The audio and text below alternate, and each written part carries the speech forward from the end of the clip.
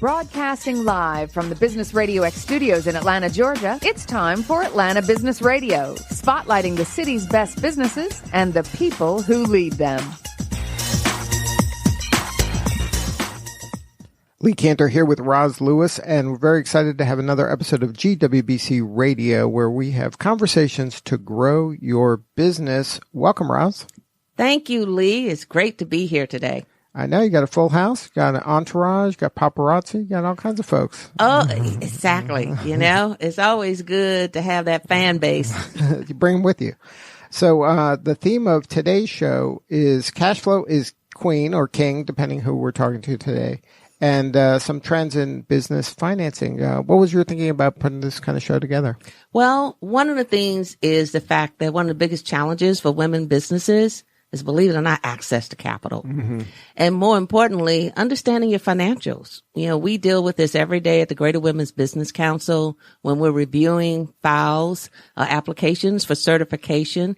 And that is so key and important in a business. You know, it's actually the heartbeat of the business is to have that cash available. So we thought that it would be great to share some valuable information with our fantastic guests that are here today, to share with the listening audience. And that's aligned with the mission of GWBC, right, is to help prepare that woman-owned business to be successful. Yes, our mission is actually the CEOs to certify, educate, and then provide opportunities to grow your business. Mm-hmm.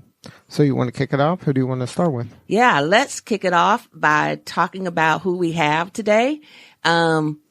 It's going to be Andy Fried with the UGA, University of Georgia Small Business Development Center. He's an accounting and finance consultant.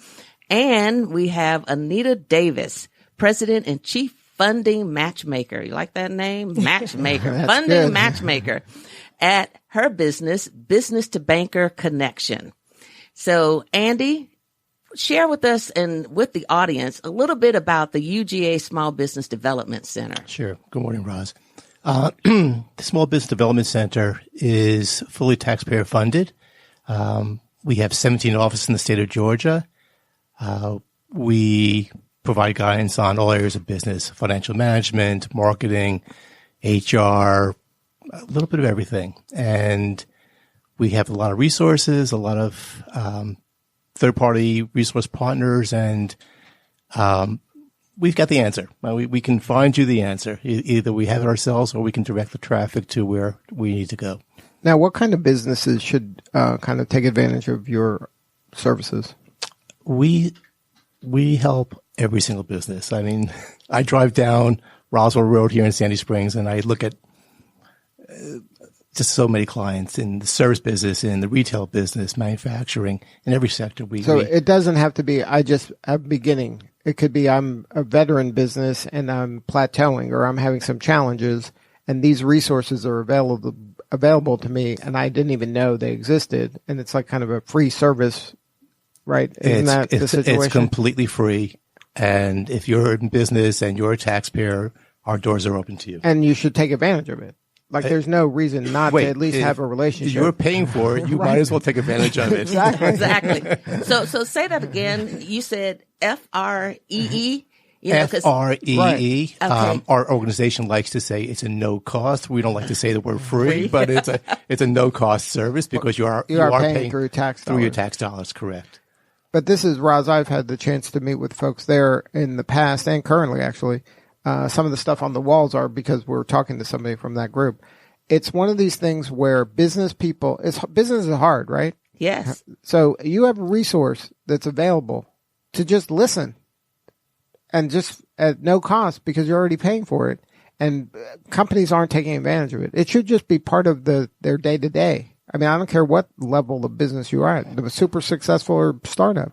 Well, and just also the information you're going to receive right. by being there. There's no negative. There is no negative. And it's a great resource. It's a great way to network, get counseling, get advice. You know, I've always heard there have been enough mistakes made. You don't have to create new ones. So this is the go-to place in order to get information if you're starting your business. Right. So how do you two work together? Well, with the Small Business Development Center, is one of the resources that the Greater Women's Business Council uses to refer our women businesses to, of saying when they're looking at, especially when they're looking at to try to do business with the government, because that in itself is an arduous, venture alone. Those are the areas that we feel they can, when they're looking at understanding business planning, when they're looking at any growth, because you also have different components of the Small Business Development Center and of SBA as well. So now in today's conversation, we want to hit on the cash flow element of this, right? Absolutely. So any tips for that, Andy? Like, what are some mistakes you see that businesses making or some opportunities? Well, I didn't mention part of our services. I'd say half of what I do at the SBDC is access to capital. Helping entrepreneurs get into business, helping entrepreneurs stay in business and grow their business. This is really what we do. And, we have experts in the space of marketing, digital marketing, and HR, but my area is really access to capital and financial management. We are partly funded by the SBA, and so we are very much connected with the banking community, all the SBA bankers in Metro Atlanta and the state of Georgia. So we have relationships. We know what's a good fit for our clients, who will, who won't, what they require. And we help them put together their entire package, their financial package, financial projection, their business plan. And Lee, for clarification, about 30% of our clients are people going into business, 70% of people already in business. Mm-hmm. So we are helping the entire spectrum of entrepreneurs. So the engagement looks like someone calls the office, they schedule an appointment, and we unpack what they're looking for, what they need help with, and we put together the package, whatever it needs to get done.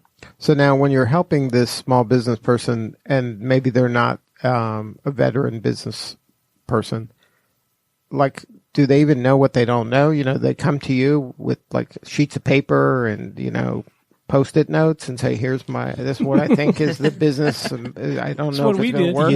That if they bring me the back of the envelope, that really is okay.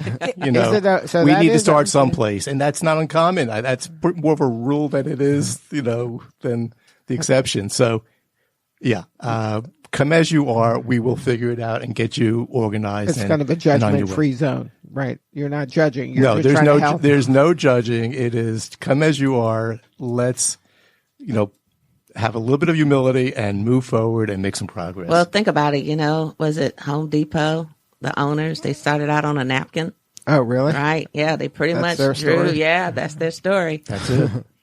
Now, what about, a mistake I would think I've seen it happen and hear people tell me about, they start a business, but their finances and their personal is kind of, all in one big pile. And, they want to write some stuff off, but they don't want to show revenue, but then they need a loan and they haven't shown any, like kind of an intermingling of their financial resources. That's a trap. I mean, there needs to be, people need to pay taxes. I mean, people do tactics to minimize income taxes, legal, but at the same time, you go to the bank and the bank wants to see profits. Right. Right. And so there's some behavior that needs to be modified to get access to capital. So, right. So you got to be mindful. If I want a loan from the government for X number of dollars, I have to show that I can repay that. Exactly.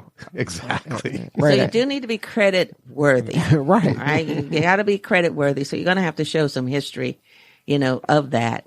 And, more importantly, if you're talking about that, talk about the fact of personal credit versus business credit. So I've been working at the SBDC for 12 years, and this question, Roz, comes up about business credit, and honestly, I really don't know what that means. The acid test is your personal credit score. This is the number. The playing field is pretty much 700 or above. There are banks that Anita is familiar with that will serve people with less than 700 credit score. But, to work with banks, the primary banks, the secondary banks, 700 credit score, personal credit score. That's the ticket. That's the starting point for discussion. I'm not really sure what a business credit score is. So I know it exists, but I really don't know when it's used and how it's used. And maybe this is a good time to bring Anita Davis in to explain kind of, primary and secondary bank. I don't know what that is, so maybe you can educate us about that. That's a great introduction, Andy, because there are banks that are your larger banks or your standard commercial banks that they have billboards and, they commercials. Typically do have billboards. You are right. But they have credit criteria that's a little bit more stringent than some of the smaller banks or even some other traditional banks that will take a little bit more risk, primarily with an SBA product that will allow them to get a little bit more comfortable than maybe your local bank down the street will, to get you access to that capital that you need. And then that's your firm helps a person kind of navigate this and say, you know what, your score is not going to make it in the TV ad bank. You're going to have to go to a different bank, and maybe we can do some things to help make that happen? Absolutely. There are options available to clients that they probably don't know because they are used to going with what they're familiar with, what they see advertised, and that might be local. So my company was formed to help solve that access to capital problem for most business owners. I used to be a banker, a lender for 20 years, and I've seen clients get declined because they may not be in a position for that particular bank. And what most business owners don't know is that every bank has an appetite for a certain type of loan or a certain type of industry. So if you go to a bank that say, for instance, does not have a desire to add your industry into their loan portfolio, you're probably going to be declined. However, there could be another bank in another state or another location that does have an appetite for you and you can be approved. So what my firm does is we help educate, we rehabilitate, we navigate, and then we match make clients into safe and sound funding solutions. So for the last 2 years, what I've done is built a network of funding options and alternatives for clients. Most of the loans that I am successful at getting done these days are really bank loans, and they're bank loans with SBA product that you may have gotten turned down by a bank down the street. And, go ahead. So you mentioned, rehabilitation, therapy, what type of therapy do businesses need? That's a great question. And Andy spoke on it a little bit earlier. When you go to a bank and your financials are not in order, then you need to have some conversations with somebody that can help instruct you on what exactly it is going to take to reposition your company. And that's why I call it rehabilitation, because sometimes you may need to rehabilitate your personal credit score. And there are some ways to do that effectively. Say, for instance, if you have big credit lines with your personal credit cards, then if you reduce those credit limits to under 30%, your balance on those credit limits, that will immediately help you improve your your personal credit score. Mm-hmm. The banks will look at some clients that are under that 700 credit score target and help you get into a funding solution if you reposition yourself. So some of it is this repositioning by making a call to the credit card company. But are there some things they can do as running their business that can help improve their cash flow that maybe there's tactics that they just weren't aware of?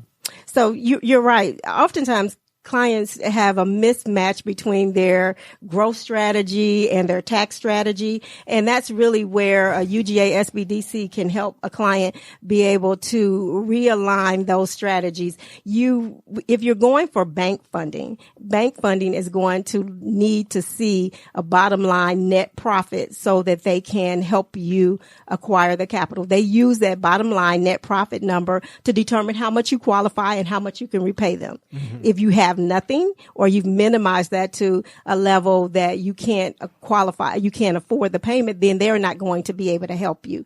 So understanding that if you have a growth strategy, eventually you're going to you're going to grow out of bootstrapping your company. You're going to need to have some outside funding. Then you need to align yourself with what they're going to look for in order to get you qualified.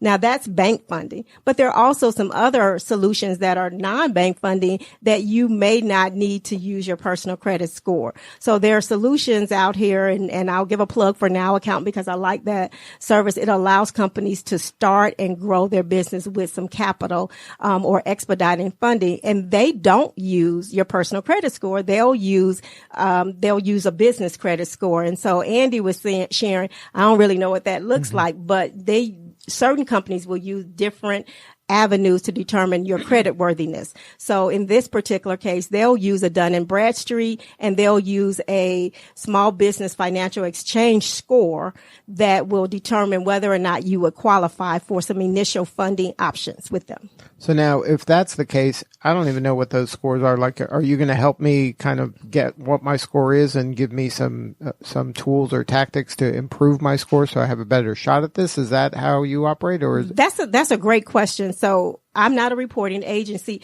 but the score it really is somewhat of a mystery where that score comes from. They pull together, your payment performance, whether it's with a credit card company or whether it is with one of your vendors. So they look and determine how well you're paying, and then that gives them a pool of information to determine what your business credit score is. So it is important just to pay people. Pay your personal obligations, pay on time, and then pay your vendors and pay them on time, because all of those factors go into determining whether or not you're credit worthy. Lee, don't you always say fast pay makes fast friends? Absolutely. I think that's a great way to think about it. I just say, it's a character issue. Banks and funding institutions are in business just like you are. And if they determine how much they can lend out based on the performance that, expecting a regular payment on time at a certain month. Every time. You don't get to sign a contract and say, I'm going to pay you $500 a month, and I'll pay you $500 a month on the 15th. But when the 15th comes, I don't really want to pay on the 15th. I'm going to pay you on the 30th, or I'll pay you a couple of months down the road. That does not allow them to plan and be able to lend money out on a broad basis. So they have to have standards for that. When you're paying on time, it does help your ability to access capital. So in other words, you're saying that if I pay on time, more than likely I'm going to get that line of credit when I need it for that potential, RFP that's coming. That's a great question, because paying on time, that's a standard. It's like dating. Don't cheat on me. Then that's a base. That's that's table stakes. Exactly. So, paying your obligations on time, that's expected.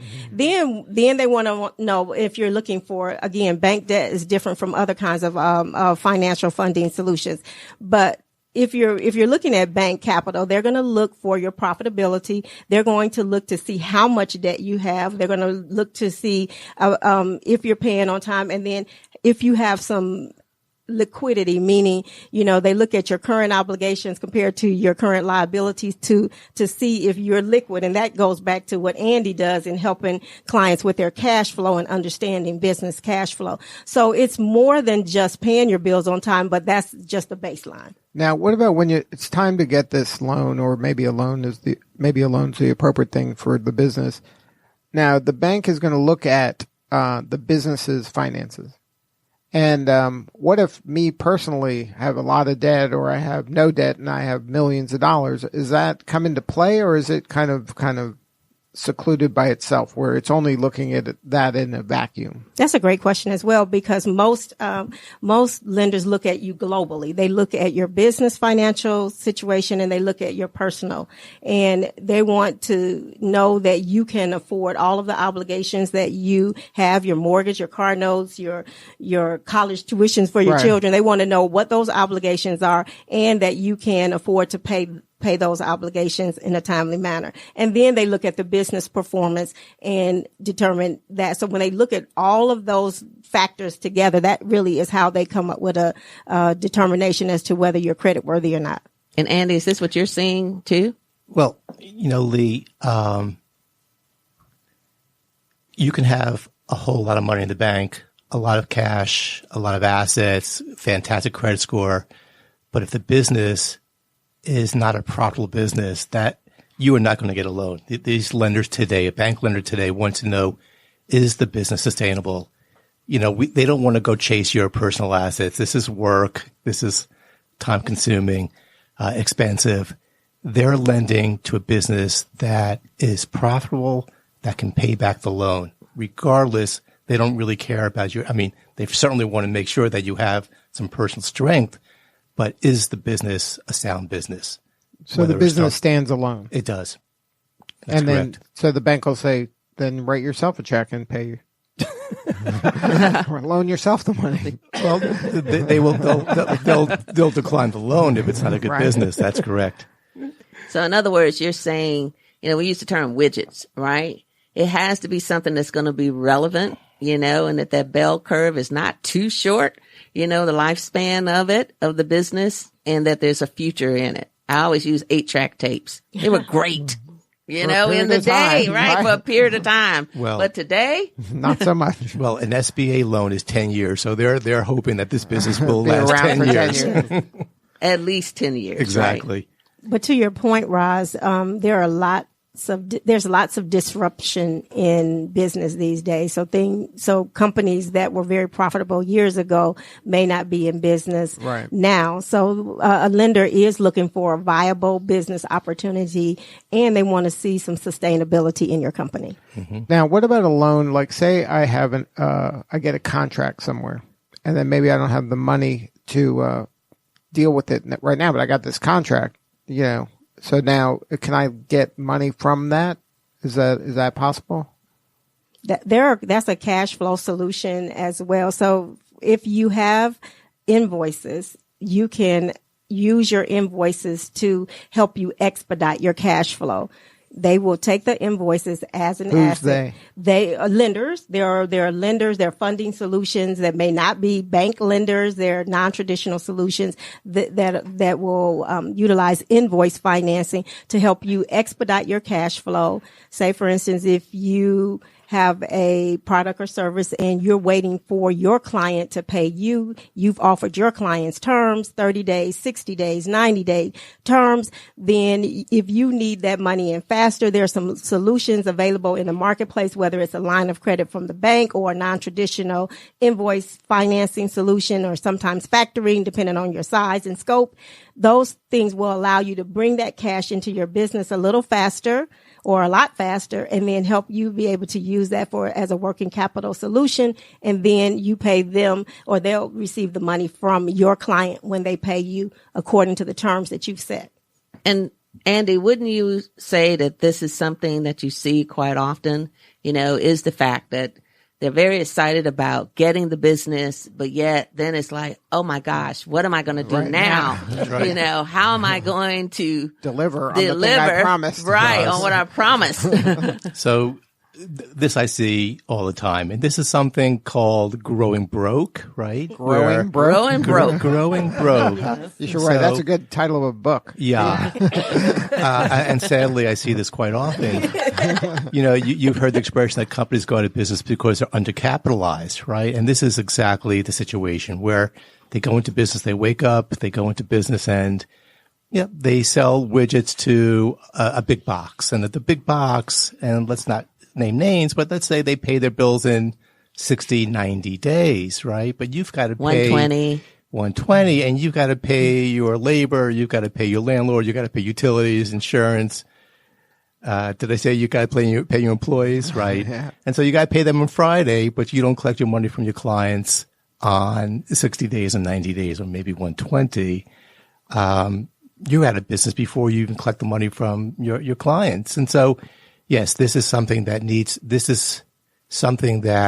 to be understood and addressed at the start and before they get into trouble. So this this would be a big mistake. And so in business, we make mistakes. This is sort of the rule. The idea in business is to avoid the big mistake. And this is where I come in and all my clients. So understanding these tensions between days sales outstanding, the collection period, and then days payable outstanding, how fast you have to pay your bill. So we need to get those collection periods and those payment periods in alignment, very close to each other. But if you collect long and pay short, there's just a problem. And that's not a problem if you've got adequate working capital. But if you don't have that working capital, then it's a problem. And then the question becomes, how much working capital do I need? And this is exactly what I do in my office. We put our finger right on the number and we go from there. And the working capital, the definition of that is that's what you need kind of on a day-to-day basis. And like kind of every day, not, in 120 days, I'm going to get this big pile of money, but I may not make it to 120 days. So I don't have enough working capital, even though like on paper, it looks like everything could look okay.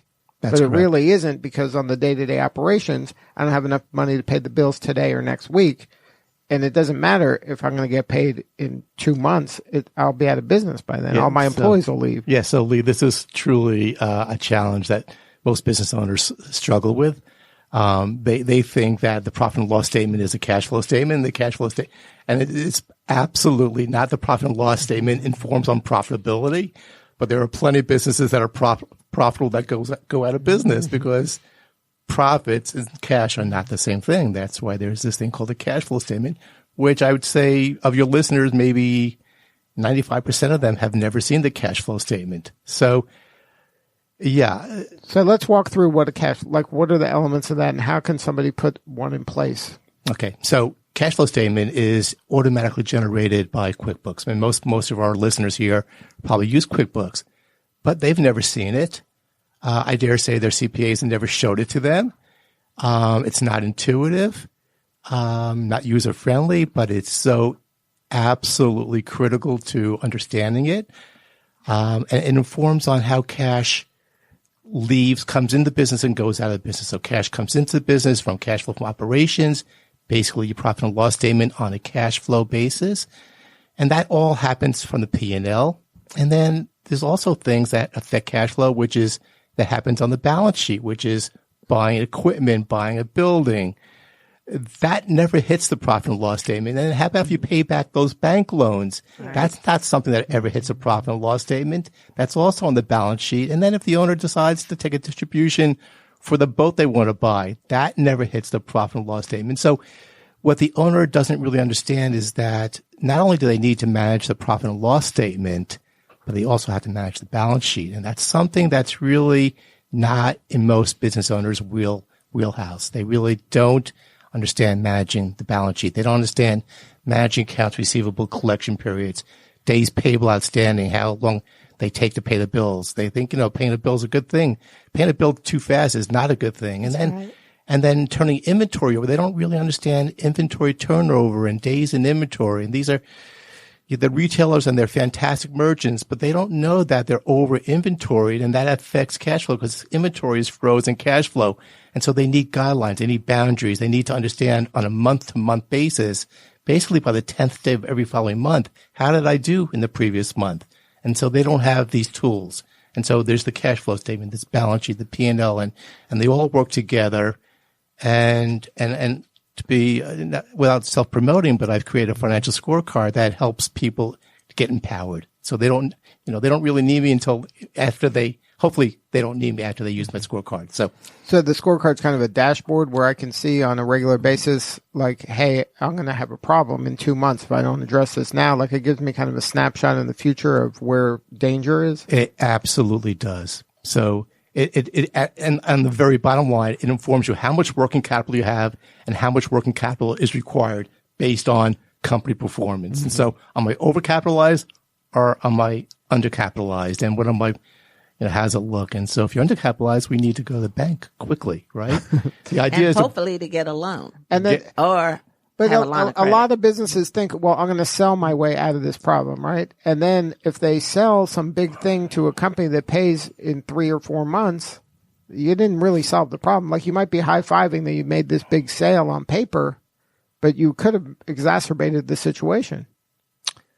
So, one of the solutions that Anita talked about was selling invoices to an accounts receivable factor. And that's a solution to shorten the DSO, to shorten the day sales outstanding. And that's certainly a winning tactic to shorten the collection period. But at the same time, it could be a trap because of this company, if it's a staffing company that works on tight margins, let's say 20% gross profit margin, and their overhead is 15%, and they work on a net profit margin of 5%, but then they got to pay the factor 2.5% a month to collect it. Well, if it takes 2 months to collect it, that's 5%, but they're only working on 5% net profit. They're not making the money, right? It's a trap. It's very tricky. It's very tricky. And 2.5% a month annualized, that's 30% annualized interest rate. That's like help. Yeah. Who can afford that, right? So it's very difficult to understand the cost of capital for most companies because they don't really have to deal with that. You got to on a know daily math. basis. I think that's the bottom line here, Ross. Math can be You had to intimidating. do well in school. Yeah. So all the kids that are listening out there today understand how important that is to business. Well, even business owners today, oftentimes, Andy and I will talk to clients that have been in business for years and they don't really understand their own financial statements. They're very intimidated by the information that's there. I'll give it to my CPA and my CPA can give you the answers. You really need to understand the answers about what's happening in the day-to-day operations of your company. And then get some help, ask for guidance from somebody like UGA SBDC, or somebody who is in a banker that can give you take a view of what your financial performance is to see where there are areas that you can need to get some help in. So the goal is to always bring your money in as fast as possible and push your payments out as long as possible, but making sure that you're managing the terms of the agreements that you have with your vendors. So if you can, there are solutions, and I think we're going to talk about some in a little bit later, like using P cards or using credit cards to even bring money in or push money out, in a way that helps you increase the performance of your company and improve your cash flow. Cash is king and cash is queen. Yes. And, talking about that, there's so many companies, today, especially major corporations that are going to the purchasing card. And there's a reason for that because of the total cost of ownership of processing an invoice, especially for low dollar items. But yet we have our women businesses and our small businesses that are somewhat adverse to that. And why? Is it because of the interest rate? The cost, that it is the fees, which I agree, they're very high.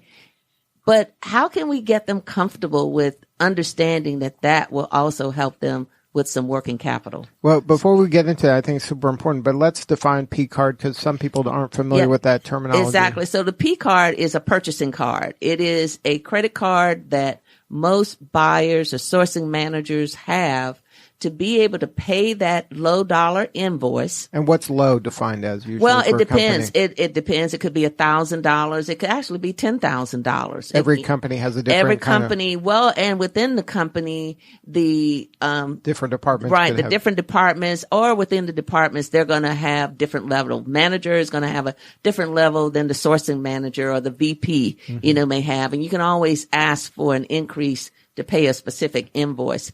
But that to me is what is a very quick way of getting your money so that you're not running to the mailbox. You're not running to the bank every day, trying to figure out to deposit money or have access in order to pay those wonderful employees that you hired. Well, I'm very cash flow sensitive. Giving up 2.5% or 3% of my sale to Citibank. I really would rather not give up 2.5 to 3%. 2.5 to 3%. I don't know, Anita. Most companies that I work with, they work on maybe 5% net profit margin, 10% net profit margin. You give up, if you work on 10% and you're giving up 3 points, that's 30%, right? That's help. I don't want to give up 30% of my net profit. So, If I'm cash struggling, cash challenged, I will absolutely take that P card. But as a general rule, that will not be what I want to do. I would encourage my clients to pay me with an ACH transfer. That costs typically 50 cents a transaction, $1 a transaction at tops, as opposed to giving up 2.5%, 3%. So ACH transfer has really been a big trend in business financial transactions. So practically, how does a business switch? Like, say they're taking credit cards, or they're using these P cards, and they are paying those fees that are associated with that because they're trying to be easy to work with and they're trying to make it easy. Can then ACH be easy too? Are there ways to make that simple for the company and their clients? So Lee, I'm not sure what you do in your personal life, but I'm sure you work with a plumber or an electrician or a landscape company, and maybe on a recurring basis, and they'll email you an invoice into your inbox, and you click on a box, and they ask you for payment. You put in your routing number, you put in your checking account number. It's all very secure, and this transaction costs 50 cents or $1. And so, instead of the landscaper mailing you an invoice, and it sits in a pile on your desk and underneath some pile of stuff, and it gets lost, and you get around to it when you get around to it. But if you see it in your inbox, and all you have to do is click on a box, put in your routing number, and put in your checking account number, this accelerates collections for companies tremendously, and with less fees, and with tiny fees, no credit cards. So it's a beautiful thing. So, but for clarity, I just want to make sure. But to your point, we still want our audience to know there is a charge for ACH. There Correct. still is some charge that's there, but nothing to the impact of correct the credit card. A fraction of the cost of credit card merchant fees. Correct. So most companies do not have a collection strategy for their business, and all of your customers may not allow you to ACH them. So if they don't, then you go to the next level. That might be using a P card. And if you don't, then you use your line of credit, your working capital line of credit. So you go down to different levels to determine, is this the way my client is going to pay me and pay me most expeditiously. Right. So you want to get that, have those conversations with your client before you bring them on board and determine how will you accept payment? How will you pay me? And if you can have those conversations early on, then you get to the lowest cost of capital, which is going to be your ACH solution. If that's the case, or your business line of credit, then you get those things, done and in place on the front end. And then you go down to maybe some of the more costly solutions or costly ways to bring in your payments. Well, and the issue may have nothing to do with that at all. It could be just company specific problems, like billing is not done on a timely basis. Billing is done inaccurately. There's poor communication between the seller and the buyer. They don't follow up if they're in the home improvement business and they do a job and they don't call the customer after the job's done and they don't ask how the job go. Just poor communication. There's a whole host of reasons why there may be slow collections and not expensive solutions, just a better job of running the business. I see this all the time. And then having those systems in place ahead of time, and that's part of the service GWBC and the SBDC does, right? That's part of your work, is to help the business person just be informed that, look, just because you're good at plumbing, there's a lot more to business than just plumbing, right? There's a lot of moving parts here, and you got to get your act together in these other areas if you want to be able to keep this business going over time. That's correct. Yeah, you're going to be wearing a lot of hats, right? When you're first starting your business, you're chief cook and bottle washer, right? But they don't, a person has a dream, and then maybe they're working for somebody else, and they're good at what they do, and they're like, look, I can do this as good as this person, and they don't realize how many other things are happening other than just doing the work. Like, doing the work is, like you said, Anita, earlier, that's table stakes. You have to do a good job, or you're never going to make it in business. All these other things, these are saboteurs that are out there waiting to trip you up, right? If you don't get this stuff right. or you look at them as these are opportunities for you to learn and expand your knowledge about what all you need to have a successful business, and determine when you need to get outside help, which is my question. At what point does a business owner look to gain assistance from a CPA or an accountant, to basically help them with these financial statements? You just have to call Andy, and then and Anita. But Andy's free. That's true. Call Andy first, then call me. Andy will call Anita. Don't worry. Exactly. But I think it's important for you, if you don't understand your financials, get a system in place. And Andy mentioned early, QuickBooks is a great way to have a system. And then if you are not comfortable with the information in your financial statements, I think that's a great time to consider adding a CPA, and you have to pay for services. Right. Again, just like the person's paying for their services. Exactly. They want an expert. That's why they called the plumber. If they could do it themselves on YouTube, they would have done it themselves. And sometimes they're level. So maybe you start at a bookkeeping level where somebody can just help you keep your records in order, put that into a system like QuickBooks, and then that reporting information goes to a CPA, and you don't have to have a CPA on handling your financial statements on a monthly basis, but they may be reviewing them quarterly just to make sure that everything is in order. So you'll be prepared when it comes time to submit your financials for your tax returns.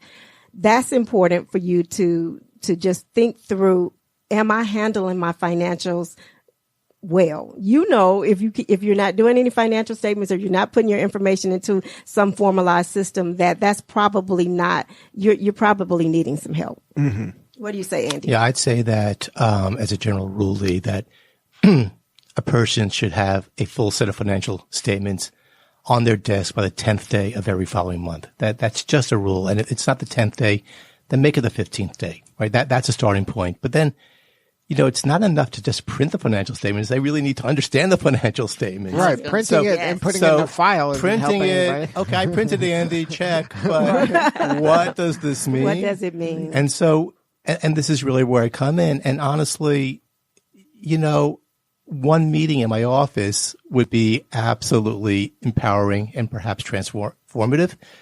If they just knew some of the benchmarks for their business, and they could be external benchmarks, industry benchmarks, or they could be benchmarks that they've cooked up themselves, but there needs to be some benchmarks. So for instance, any kind of business, has sales.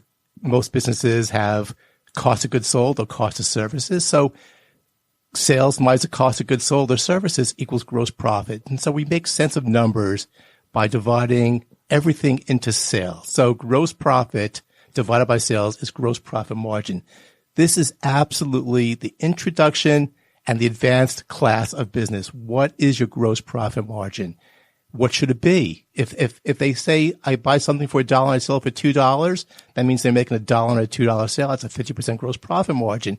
And then when they print their financial statements on the 10th day of the following month, and it turns out it's 40%, that means they gave up 10%, 10% of whatever their sales were. Their sales for the month were $100,000. They gave up 10%. That means $10,000 came out of the bottom line. They need to have these benchmarks in place. If their overhead, so if they're 50% gross profit and their overhead is 40% and their net profit is 10%, well, then they need to make sure that every month that their overhead is 40% tops. If it's more than that, that's come out of the bottom line. And so what I'm saying in English is that they need to have a budget.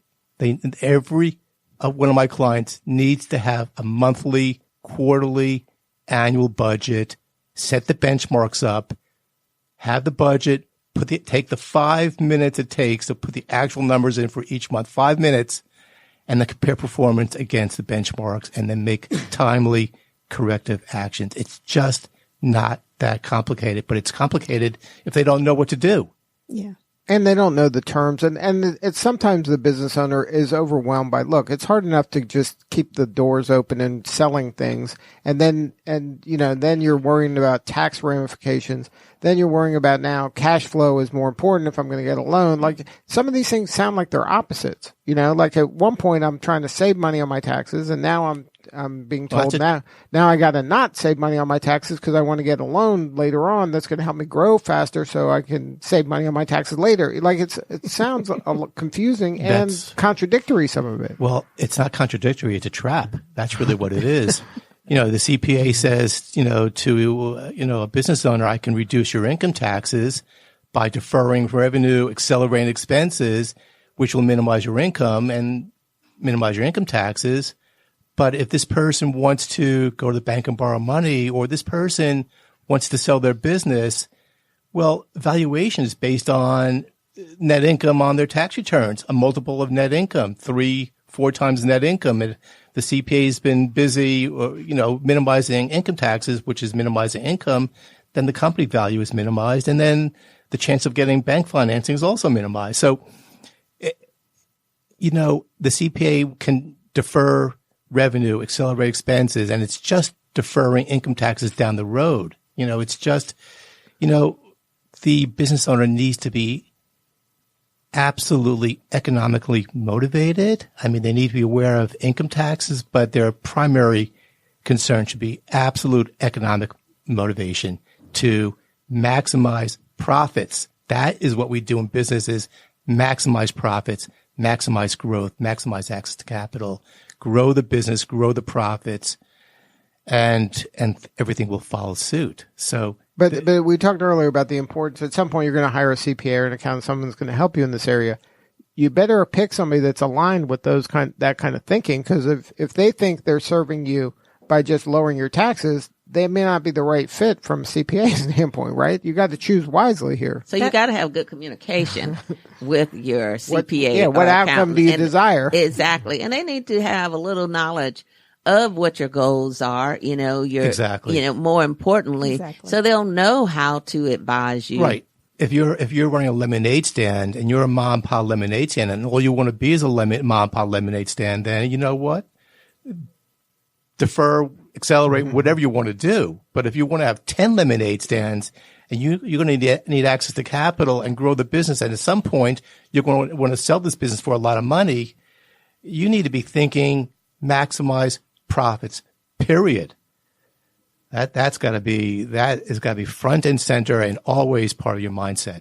And then if that's your true north, then all your decisions are going to be informed by that, and that's what you're going to be acting towards. Correct. They have to be in alignment. And to Roz's point, you do have to convey and communicate to your financial advisor, your CPA, your accountant, whoever is helping you with that this is my goal. And then they can align how they help you, show your performance on your tax return. Because one of the great benefits of starting a business is that you can write things off, and that seems simple and great when you first start, right. But you eventually will grow beyond out of that. Yeah, right. You need to grow beyond that if you want to have 10 lemonade stands. Exactly. So you need to think strategically about where I'm going, and can I do this self-funded? Most people can't. That's why banks exist. They do want to lend money. People always make the comments that banks don't want to lend money. No, that's not true. They hire really top right. talented people to help sure that they can right. lend you money. But so that right, is their goal. With the right, they want to lend the money in the correct manner to right. the people that wanted to use it in the correct manner. Right. So you need to understand, what they're going to be looking for. There's a risk profile for every company when they're going to look for capital. And so if your risk profile meets their qualifications, then you are going to right. be able to access that capital. There is a lot of money out here available, and there are many, many resources to do it. You just need to be strategic about that, and then get advisors when you're unclear about maybe the cost of capital. Andy, how much is it going to cost me if I want to do right. this, so that somebody can help you have a good direction to move forward with your plans. And then, of course, you can always hire me because I can find the money for you. Right. And I think, Anita, the important part of your service is that you're looking beyond my block, right? So that if I think like, oh, I know the banker down the street and he said no, so I'm out of luck, so I'm not going to be able to get money, I can call you, and you have access to banks all over the place. All over the country. And there might be opportunity, like you said, in Wichita, the person might be the exact right banking fit for me that I would never even known. Exactly. I'm helping a client right now that was turned down by a local bank. and we just getting him approved by another bank that's in California. Right. And so it does, there are ways to have what you're looking for. You just need to know where to go. And oftentimes it's not going to be simple for you to do that. So you hire somebody who can navigate that for you. Now, Roz, for the GWBC, are you doing any speaking or any events to help your people with this, to help them learn about this? Lee, I'm so glad you asked that question because just in a couple of weeks, we're going to be hosting our Power of Partnering Marketplace that's going to be held at the Gwinnett Energy Center on August 27th. It's from 8 a.m. to 4:30 p.m. And after that, we'll be having a nice little reception. But come and join us. Not only that, if you enjoyed today's information, you're going to have an opportunity to hear more and get more details from Andy Freed of UGA, because he is one of our workshop speakers on cash flow.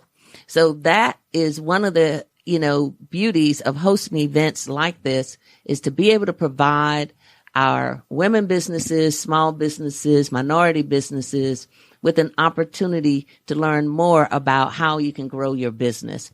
So keep that in mind. Online registration is still open at GWBC.biz,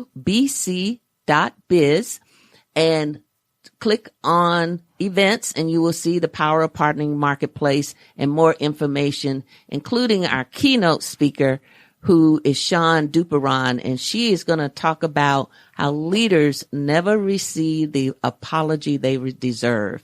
And you're going to think, my gosh, what is that about? But too often that happens. So hopefully you all will join us and that you'll get a chance to meet Andy in person. And Anita will probably be there too, as well as other women businesses and major corporations that you may want to do business with. And before we wrap, I want to make sure everybody gets coordinates for the guests. Andy, if somebody wants to get a hold of you, what's the coordinates? If they Google Andy Freed, F-R-I-E-D, at UGA SBDC, they'll find you. Yeah. And Anita? You can look me up on my website, Business2Banker And then you can always call 770-365-0858 to have a direct contact with me. And then you two are both open to connections on LinkedIn? Absolutely. Sure. And Roz, one more time for GWBC if they want to learn more about the organization and some of the upcoming events. Exactly. At www.gwbc.biz. And I'm always going to leave you with a parting thought, and that is revenue is vanity. Profit is sanity, but cash is queen. All right. Thank you so much for sharing your story, everybody. And we will see you all next time on GWBC Radio.